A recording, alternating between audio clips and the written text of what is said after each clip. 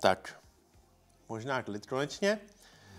Vítejte všichni u dalšího videjka. Předem se omlouvám, pokud jako na pozadí uslyšíte nějaký ťukání, tak celý den, teď je něco kolem 1 hodiny, celý den tady prostě něco předělávají, vrtají a tak dál. A já jsem teď poslední 3 hodiny se snažil udělat jeden 20-minutový dubbing, abych se jako vešel do těch mezer a abych to všechno zvládnul. Takže pokud tady něco bude, tak teď už na to kašlu, prostě to tam bude na pozadí, já se omlouvám. Ale popojedeme, se ještě napiju, to je dobrý kafe.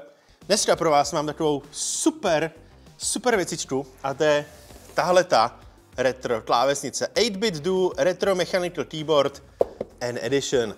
Ne N jako N-word prostý, ale jako správně Nintendo edice, protože když se na ní podíváme společně, já ji hned rozbalím, nebo já jsem ji teda už používal teď 14 dní, 3 týdny doma a zabalil jsem vám ji, abyste ji mohli si se mnou rozbalit znovu.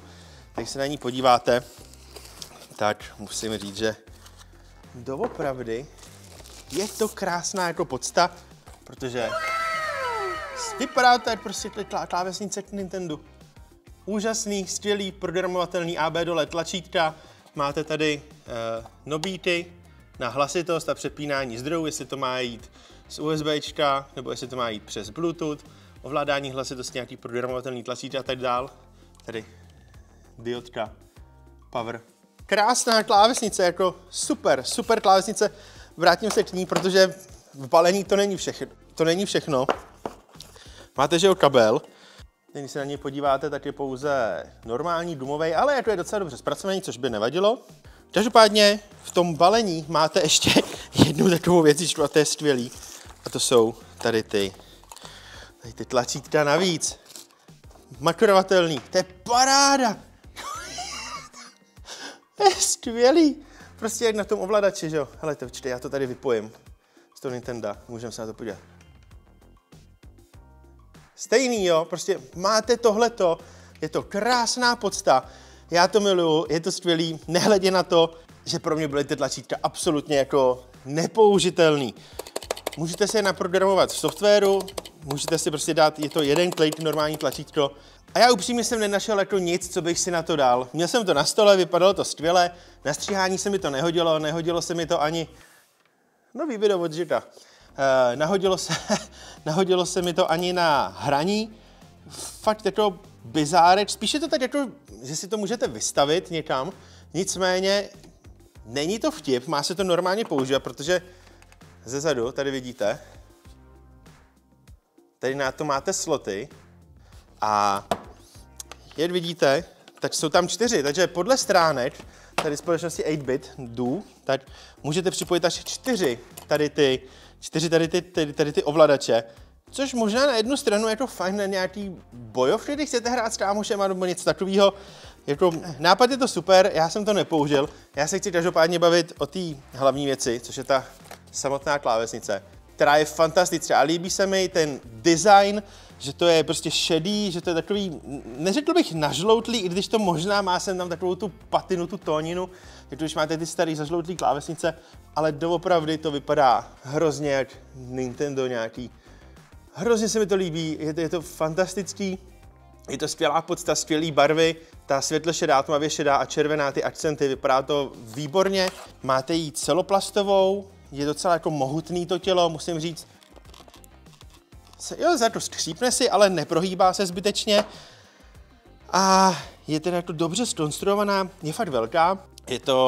Je to tenký les, nemáte tady numpad, ale nahoře, jak jsem říkal, máte nějaký nobíty a programovatelný tlačítka, nebo přednastavení tlačítka, koukám tady hvězdička oblíbený volby, máte tady na zapnutí Wi-Fi a pak srdíčko, což upřímně nevím k čemu je, taky možná nějaký favorites, něco takového. Ta klávesnice vypadá skvěle, T-tapy jsou PBTčka, solidní, máte vyměnitelný vlastně i switche, mám pocit, že tady jsou momentálně nasazený Kylie a poslouchejte, jak zní.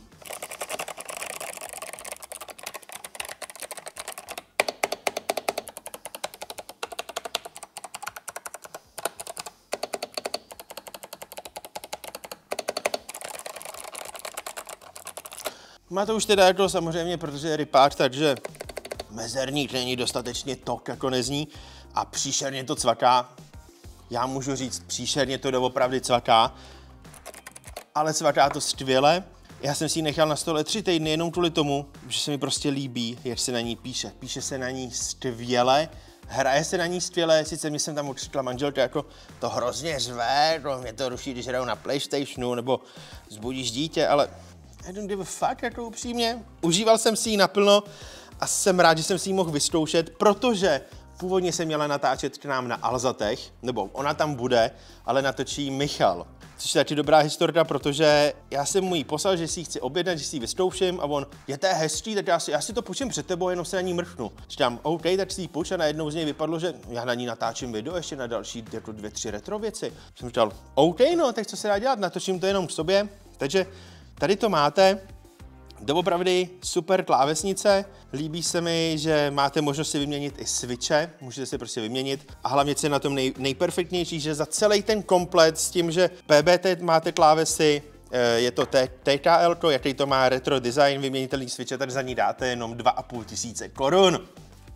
Wow, to je jako fantazie, 2500 korun je doopravdy jako krádež za bílýho dne. Já se omlouvám, že jsem se jako rozvášnil, až jsem se tady z toho jako v pozadí rozkašlal, ale já jsem nadšený, mně se fakt líbí se mi, že když ji zapnete, jestli to bude vidět, že vám tam i svítí ten power button, ta diodka, to funguje jako skvěle, abych nezapomněl. Nemáte vzadu teda žádný nožičky, to je trošku blbý, ale musím říct, že ten úhel je pro mě naprosto perfektní. Neupravoval bych to nějak, ale možná by se někomu líbilo, kdyby byla ploší nebo naopak zvedlejší, naprosto to chápu. Nic k tomu bohužel nemáte, ale vzadu je super, že máte vlastně magnetický dongle 24 GHz. Takže jak jsem říkal, můžete to připojit dongle, můžete to připojit přes kabel, který máte v balení, můžete to připojit přes Bluetooth. Možnosti máte teda 3, meze se nekladou. Nezaznamenal jsem jako žádný potíže s tím připojením, nic takového, naprosto jako parádičné, naprosto v klidu. Co se týče programovatelnosti, máte tady k tomu i takový svérázný stylový software, který na mě možná asi trošku moc, já jsem ho ani nepotřeboval jsem si teda nic extra makrovat, přišlo mi to, že to je super tak, jak to je, ale rozhodně pokud jako se chcete do té klávesnice dostat trošku hloubš a podívat se na to, namakrovat si třeba tyhle ty tlačítka, jsem to neukázal, tady ty tlačítka, že jo, nebo prostě jakýkoliv jiný tlačítka tady na té klávesnici, tak určitě se na něj mrkněte, nic za to nedáte, jak nainstalujete to za minutu, případně to se odinstalujete. Jestli jsou tady u ní nějaký, že tady jakože přeskočím nějaký problémy s ní, asi ne, já jsem upřímně žádný nezaznamenal, nebo vlastně jeden. Tady ten nobít na tu hlasitost, nebo tady ten na to přepínání těch zdrojů, tak ten je v pohodě, ale tady ten na tu hlasitost, že tadyhle uvidíte, tak člověk by čekal, že bude mít prostě nějaký nastavení, že tadyhle bude 50%, tadyhle bude třeba jako 0, a když to dáte na druhou stranu, že to budete mít 100% hlasitost, jo, ale ne, vy ho můžete točit dokola a vám stále prostě jako lítá hlasitost u toho furt jako 0, 100%, dokola. Takže je to takový, že ve finále ho můžete mít otočený dole a čekali byste, že budete mít prostě vyplay zvuk, ale máte ho na 100%, jo. To je jediná taková věc, která se mi nelíbila, jinak je to skvělý a ještě když se podíváte na jejich stránky, tak nemají jenom tu N-Edition, ale mají i Fami Edition, to znamená Famicom Edition, která podle mě vypadá ještě líp. Takže já nevím, co ta společnost udělala, ale za 2500 korun vzhledem k tomu, co teď představil Logitech za debilitu, za 5,5. Tohle to je fantastický, tohle to je vážně skvělý, já jsem si u toho chrochtal, hrálo se mi na tom skvěle. Jsem upřímně naprosto spokojený. Co jsou to? Dye Sublimation T-tapy, které tady jsou PBTčkový, tak mají i takový to správný prohnutí, který mi sedí. Teď nevím přesně, jak se jmenuje, bude to tady v infografice, ale bylo mi to hrozně příjemný. Úplně bych si to dokázal představit, že bych tam možná dal jiný switche, dal bych tam Gateron Yellow, který mám doma na svém Azotu a byl bych spokojený, aby to tolik neklikalo, protože žena má pravdu, on je takový dost jako večer rušivý, ale musím říct, že za ty 3 týdny, co jsem měl doma, tak jsem říkal, fuck it, užil jsem si to, bylo to super. Každopádně asi bych to vyměnil, asi bych to trošku potunil, rozebral, nalúboval, možná vyměnil nějaký stabilizátory, aby to jako frčelo úplně naplno, ale za 2500 korun je to fakticky jako famózní. Čili Já už nevím, co k tomu dodat, byl jsem popsal, je to solidní. Nemyslím, že byste vevnitř měli nějaký jako kov, na to je to upřímně dost mega lehký. Není to žádný Glorious nebo není to žádný Tichron, je to opravdu lehká klávesnice, když pošoupnete, můžete vidět jednou rukou naprosto v pohodě, ale já jsem spokojený. Fakticky cena, pokud vás napadlo nějaký dotaz, tak napište, zeptejte se mě na cokoliv, já vám to zodpovím dole v komentářích, protože určitě mi možná něco vypadlo, ale za mě paráda. A jsem rád, že se takovýhle klávesnice dělají. A je fajn, že Alza vlastně zalistovala i další příslušenství od této společnosti 8-bit Do, protože jsou tam nějaký ovladače na Xbox, jsou tam nějaký ovladače na Nintendo Switch a jsou tam nějaký ty jako klasický bojovkový ovladače na USBčko. Jo, takový ty, tady nikdy nemáme, ale chápete mi, takový ten knipl. A je to fajn, jako vypadá to velice dobře, ty Xboxové ovladače vypadají fair, jsou poměrně i levný, mám pocit, že stojí 1000. Takže si myslím, že tady se nám rýsuje zase taková nějaká jako konkurenční alternativa, která za to bude stát a budu ji doopravdy bedlivě sledovat.